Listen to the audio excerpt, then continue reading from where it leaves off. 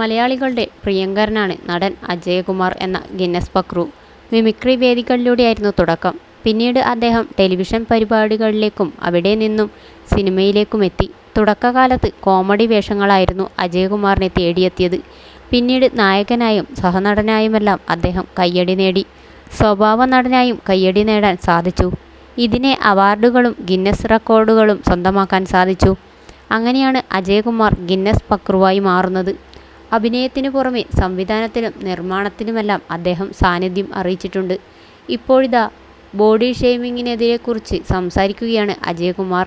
വനിതയ്ക്ക് നൽകിയ അഭിമുഖത്തിലാണ് അദ്ദേഹം മനസ്സ് തുറന്നത്. അജയനെ ബോഡി ഷെയ്മിങ് ചെയ്തു എന്ന് പറഞ്ഞ് ബിനു അടിമാലിക്കെതിരെ പലരും തിരിഞ്ഞ സംഭവത്തെക്കുറിച്ചാണ് അദ്ദേഹം സംസാരിക്കുന്നത്. ചേട്ടൻ പേടി മാറ്റാൻ ആനയുടെ അടിയിൽ കൂടെ പോണ്ട, വല്ല ആനപ്പിണ്ടവും വീണാൽ ചേട്ടനേതാ പിണ്ടമേതാന്ന് തിരിച്ചറിയാൻ പറ്റാതാകും എന്ന കമൻ്റാണ് പ്രശ്നമായത്. ആ കമൻ്റ് ഞാനാണ് ബിനുവിനെ കൊണ്ട് പറയിപ്പിച്ചത്. ബിനുവിനെ പലരും ഉന്നം വെച്ച് ആക്രമിച്ച സമയത്ത് ഇതും ഉപയോഗിക്കപ്പെട്ടുവെന്നാണ് അജയകുമാർ പറയുന്നത്. അതേസമയം തന്നെ ഏറ്റവും കൂടുതൽ ബോഡി ഷെയിം ചെയ്തിട്ടുള്ളത് താൻ തന്നെയാണെന്നും അജയൻ പറയുന്നു. എൻ്റെ രൂപമാണ് പരിപാടിയിൽ ആദ്യത്തെ ചിരിയുണ്ടാക്കുന്നത് എന്ന് തിരിച്ചറിവാണ് എന്നെ കലാകാരനാക്കിയത്. ആ ചിരിയെ പോസിറ്റീവായി എടുക്കുകയും വളർത്തുകയും ചെയ്തുവെന്നാണ് താരം സാക്ഷ്യം പറയുന്നത്. ഇന്ന് പൊളിറ്റിക്കൽ കറക്റ്റ്നെസ്സിനെക്കുറിച്ച് അവബോധമുള്ള സമൂഹം വളർന്നതിനാൽ മറ്റൊരാൾക്കെതിരെ തമാശ പറയുമ്പോൾ തീർച്ചയായും ആലോചിക്കേണ്ടി വരും. കോമഡി ചെയ്യുന്നവരെ ഇത്തരം വൃത്തത്തിലാക്കിയാൽ തമാശയുണ്ടാക്കാനുള്ള സ്വാതന്ത്ര്യം നഷ്ടപ്പെടുമെന്നും അദ്ദേഹം അഭിപ്രായപ്പെടുന്നു. വിദേശ രാജ്യങ്ങളിലെ സ്റ്റാൻഡപ്പ് കോമഡികളിൽ അവർ എന്തൊക്കെയാണ് പറയുന്നത് അത് തമാശയായി എടുക്കപ്പെടുന്നു. ഒരു വേദിയിൽ അവിടുത്തെ മൂഡ് അനുസരിച്ച് പറയുന്ന കാര്യങ്ങൾ കട്ട് ചെയ്ത് റീലായി കാണുമ്പോൾ മറ്റൊരു വിധത്തിലായിരിക്കും മനസ്സിലാക്കപ്പെടുന്നത്.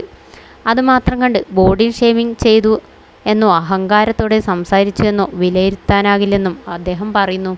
അതേസമയം പൊതു സാഹചര്യങ്ങളിൽ തമാശ പറയുമ്പോൾ ബോഡി ഷെയ്മിങ് ഇല്ലാതിരിക്കാൻ ശ്രദ്ധിക്കുക തന്നെ വേണമെന്നും അദ്ദേഹം വ്യക്തമാക്കുന്നുണ്ട്. ഉന്നത സ്ഥാനത്തിരിക്കുന്ന പലരും പറയുന്നൊരു കമൻ്റാണ് അന്ധൻ ആനയെ കണ്ടു എന്ന പോലെ എന്നത്. അത്തരം പദങ്ങൾ പലരും ഉപയോഗിച്ചു കേൾക്കുമ്പോൾ വിഷമം തോന്നാറുണ്ടെന്നും അദ്ദേഹം തുറന്നു പറയുന്നു. ശാരീരിക പരിമിതിയുള്ളയാളുകളെ പൊതുവിടത്തിൽ കളിയാക്കുന്നതും പ്രോഗ്രാമിൽ പറയുന്ന തമാശകളും തമ്മിൽ വ്യത്യാസമുണ്ടെന്നാണ് അദ്ദേഹത്തിൻ്റെ കാഴ്ചപ്പാട്.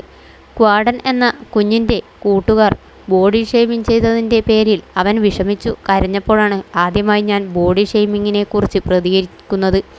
അവൻ്റെ അമ്മ എന്നെ വിളിച്ച് സംസാരിച്ചു. എൻ്റെ വാക്കുകൾ അവനെ സ്വാധീനിച്ചുവെന്നും ആത്മവിശ്വാസത്തോടെ ഹോളിവുഡ് സിനിമയിൽ അഭിനയിക്കുകയാണെന്നും പറഞ്ഞുവെന്നും അദ്ദേഹം കൂട്ടിച്ചേർത്തു.